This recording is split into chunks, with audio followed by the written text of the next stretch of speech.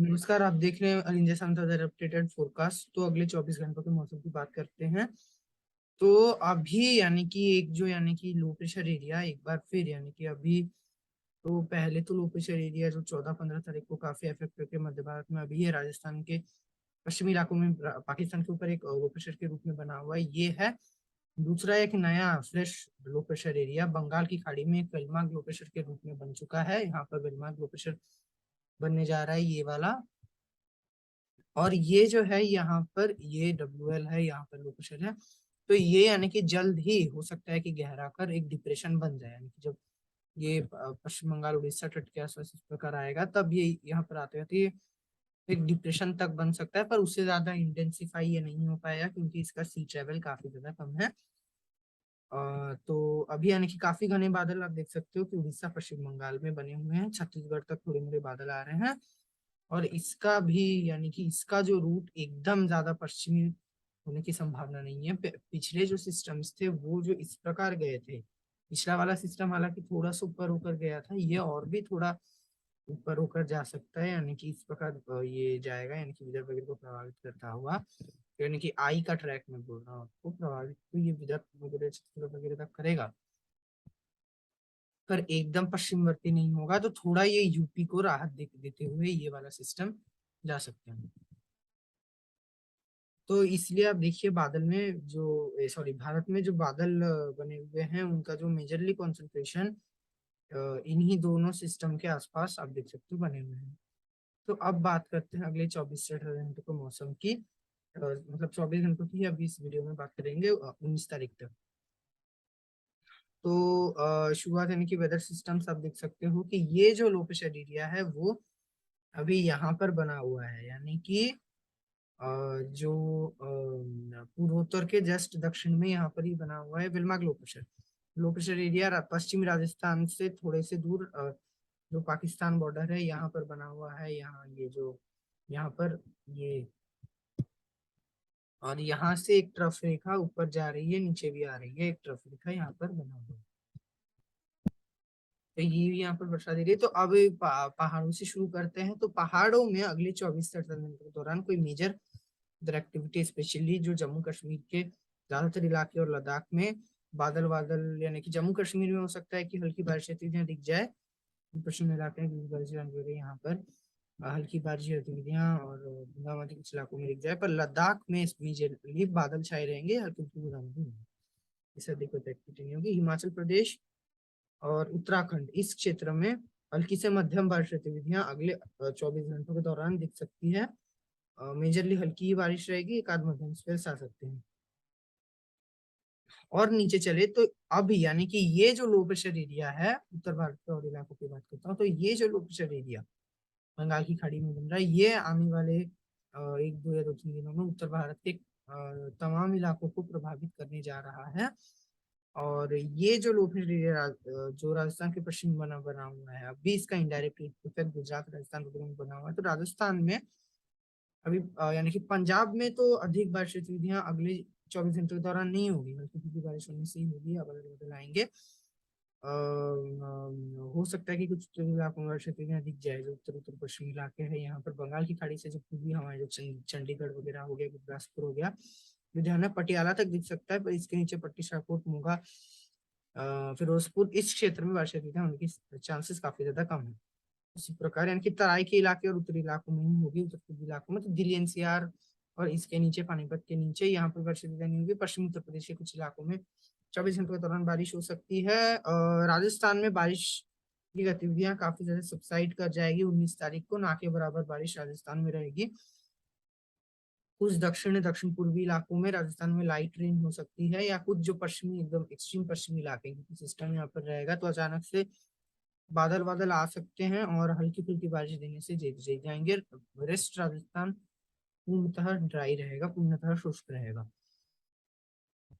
ये हुआ उत्तर पश्चिमी भारत की बात। और उत्तर प्रदेश की बात करूं तो उत्तर प्रदेश में अब वेदर एक्टिविटी बढ़ेगी, यानी कि जो लोगों को इतनी ज्यादा मायूसी हो रही थी उससे अब काफी थोड़ा, यानी कि काफी मतलब थोड़ी तो राहत मिलने की संभावना बनी हुई है।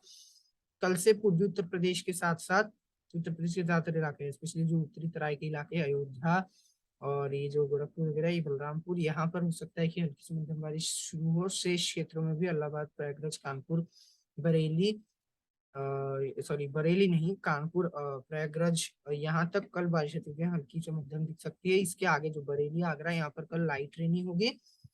20 तारीख से पूरे उत्तर प्रदेश में वेदर एक्टिविटी बढ़ने की संभावना है, और कुछ दक्षिणी इलाकों में 20 तारीख को भारी बारिश की संभावना है। ये जो वेदर सिस्टम है, ये 20 तारीख को जो है पूर्वी मध्य प्रदेश और ये झारखंड के ऊपर से होता हुआ या उत्तरी छत्तीसगढ़ से होता हुआ यहाँ पर बनेगा, तो ये उत्तर प्रदेश के काफी करीब होगा। तो ये स्पेशली दक्षिणी इलाके उत्तर प्रदेश में यहाँ पर काफी अच्छी वर्षा दे सकते हैं, इलाहाबाद, वाराणसी और इसी के प्रभाव से यानी कि पूरे उत्तर प्रदेश में ही ये वर्षा देगा। हालांकि जो बलरामपुर ये जो क्षेत्र है, यहाँ पर उतनी भारी बारिश नहीं होगी, हल्की से मध्यम बारिश यहाँ तक ही देगा। यानी कि उत्तर प्रदेश को अभी राहत मिलने वाली है इस सिस्टम के चलते। तो कुल मिलाकर देखें तो उत्तर भारत को अभी कई इलाकों को यानी कि राहत है, और जो जिन इलाकों में जैसे राजस्थान वगैरह में जो इतनी भारी बारिश हो रही थी, इससे अब वेदर एक्टिविटी में अगले 24 घंटों के दौरान कमी आएगी, 24 घंटों के दौरान।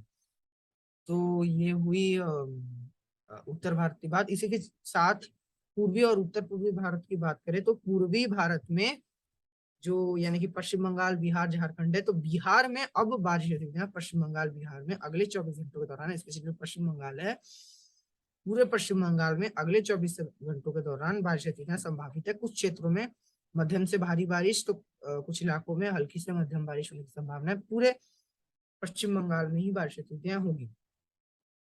तो हो सकता है कि पश्चिम बंगाल के कुछ उत्तरी इलाकों में यानी कि बारिश थोड़ी भारी हो जाए, क्योंकि यहाँ पर हवाओं का भी थोड़ा सा नुकसान हो जाए, हवाएं मंड पड़ेंगी। एक ट्रफ रेखा भी बनने की संभावना पश्चिम बंगाल के ऊपर से इस सिस्टम तक है। इस प्रकार ये हो सकता है तो विल्मा लो प्रेशर या डिप्रेशन बन सकता है, ये जो यहाँ पर जब बन के आ जाएगा।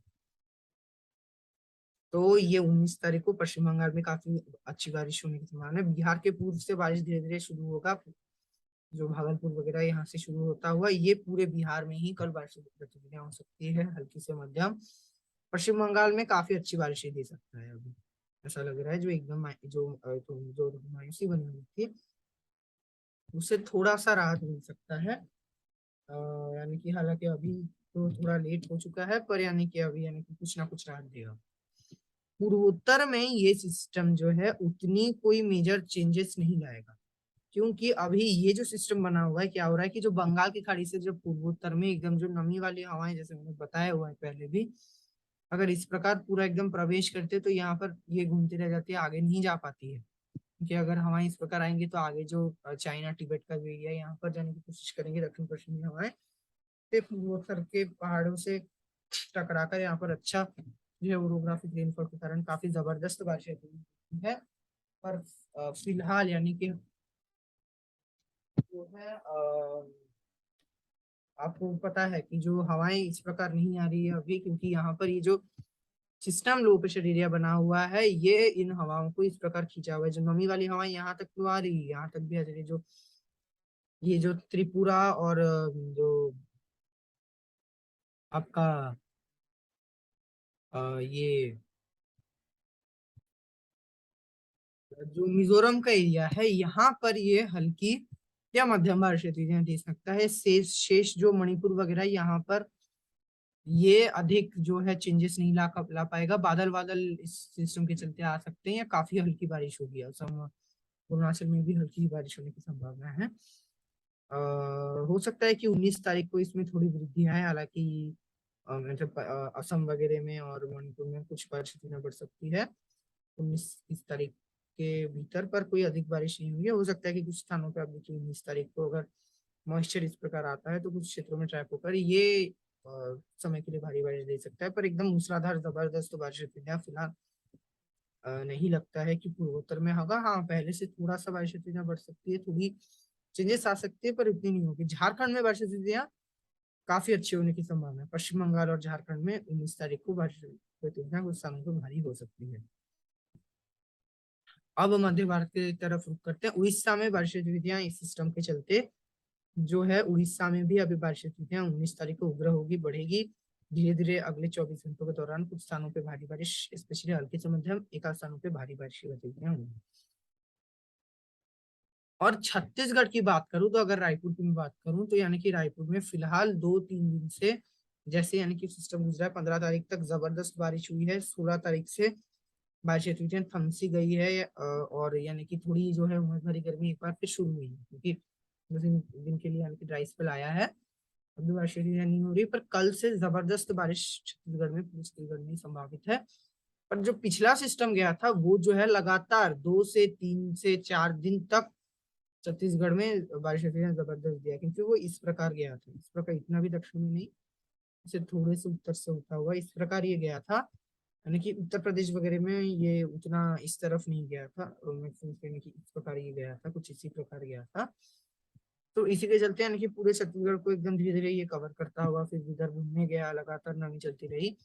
पर अभी जो छत्तीसगढ़ में ये जो वेदर सिस्टम है, ये कुछ ऐसे मूव करेगा, और जब ये ऐसे मूव करेगा तो छत्तीसगढ़ में कुछ समय के लिए रहेगा, पर उसके बाद पास कर जाएगा। तो छत्तीसगढ़ में हो सकता है कि 48 घंटों के लिए जबरदस्त बारिश हो जाए, 48 या हो सकता है कहीं कहीं पर 72 घंटों के लिए। यानी कि रायपुर की अगर मैं अभी बात करूँ कि क्या होगा, तो रायपुर में आपका ये 20 तारीख को बारिश है, यहाँ फिलहाल लग रहा है कि जबरदस्त बारिश यहाँ पर 20 तारीख को होने की संभावना है।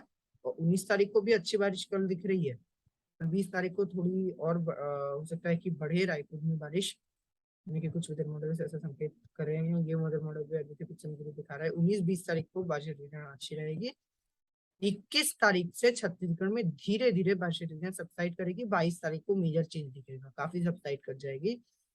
तो ये जो वेदर सिस्टम छत्तीसगढ़ में को प्रभावित तो करेगा, क्योंकि छत्तीसगढ़ और उड़ीसा इनको को प्रभावित तो करेगा ही, क्योंकि अगर भारत के मेनलैंड में जाना ही है किसी सिस्टम को इस प्रकार, इनके ऐसे पश्चिम की तरफ इस तरफ घुसना है, तो इसको यानी कि छत्तीसगढ़ और उड़ीसा को उड़ीसा से होता हुआ जाना ही पड़ता है, या तो यानी कि उत्तरी छत्तीसगढ़ से होता हुआ जाना पड़ता है अगर इस तरफ जाए, और इस तरफ जाने से मध्य दक्षिण छत्तीसगढ़ से होता हुआ और उड़ीसा से होता हुआ जाना पड़ता है।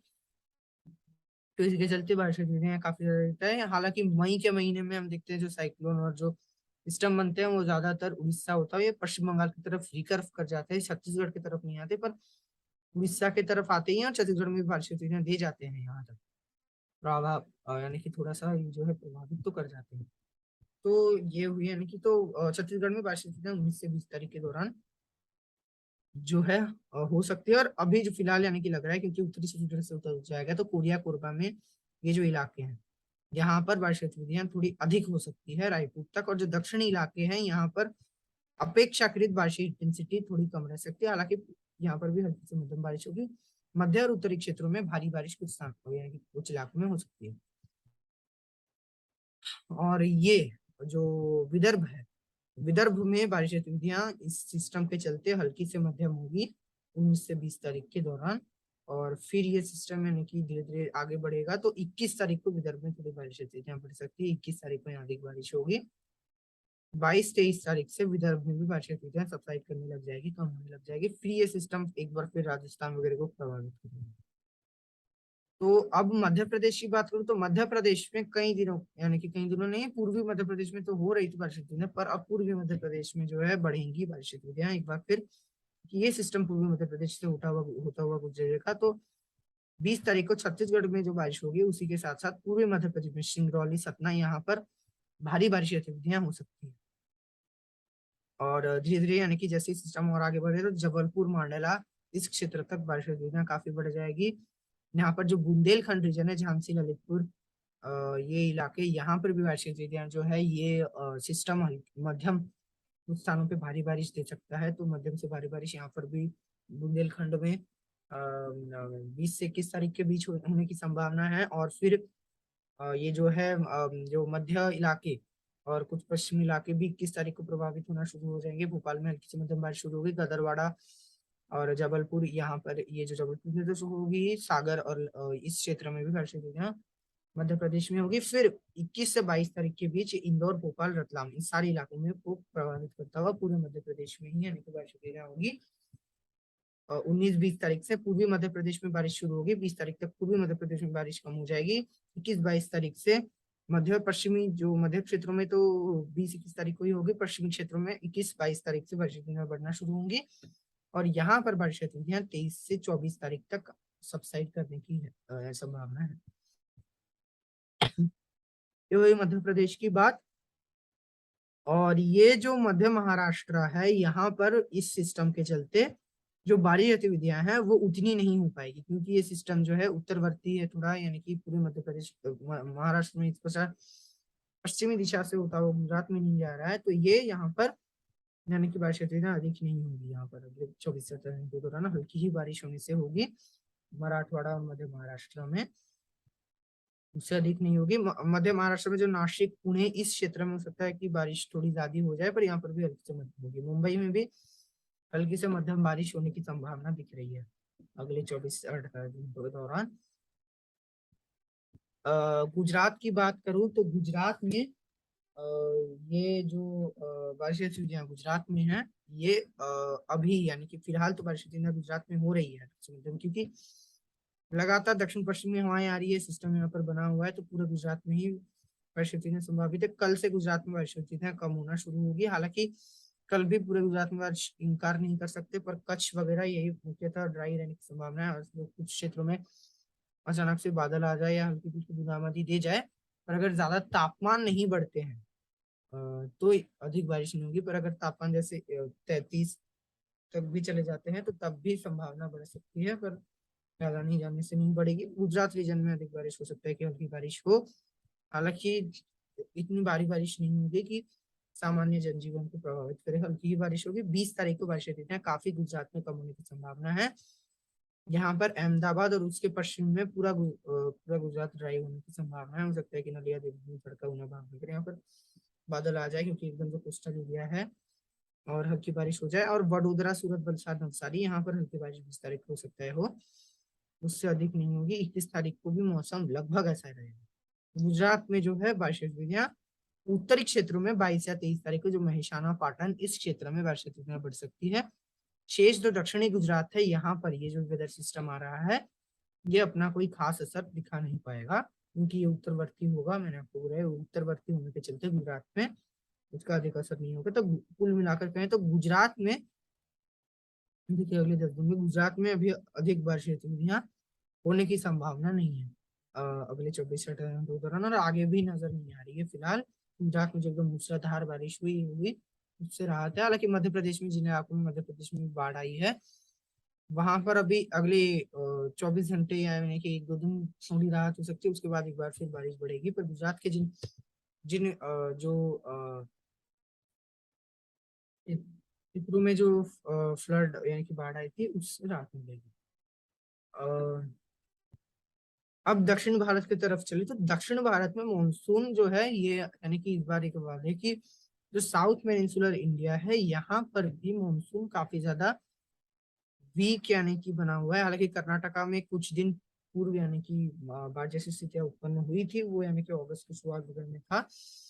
फिलहाल तो अगले 7 दिनों से एक सप्ताह से मानसून काफी ज्यादा कमजोर बना हुआ है, और अभी भी केरला और कर्नाटका में बारिश गतिविधियां हल्की होगी, हल्की से मध्यम, हल्की ही मुख्यतः होने की संभावना है। कुछ क्षेत्रों में हो सकता है कंटिन्यू रेन हो, पर हल्की ही होगी, अधिक बारिश गतिविधियां नहीं होगी। पश्चिमी घाट की ये मैं बात कर रहा हूँ, शेष क्षेत्रों में और भी कम बारिश होगी, क्योंकि और तेलंगाना में भी, पूरे तेलंगाना में बादल बादल आएंगे, बूंदाबांदी होगी। तेलंगाना में भी आप अधिक वेदर एक्टिविटी की संभावना ना करें।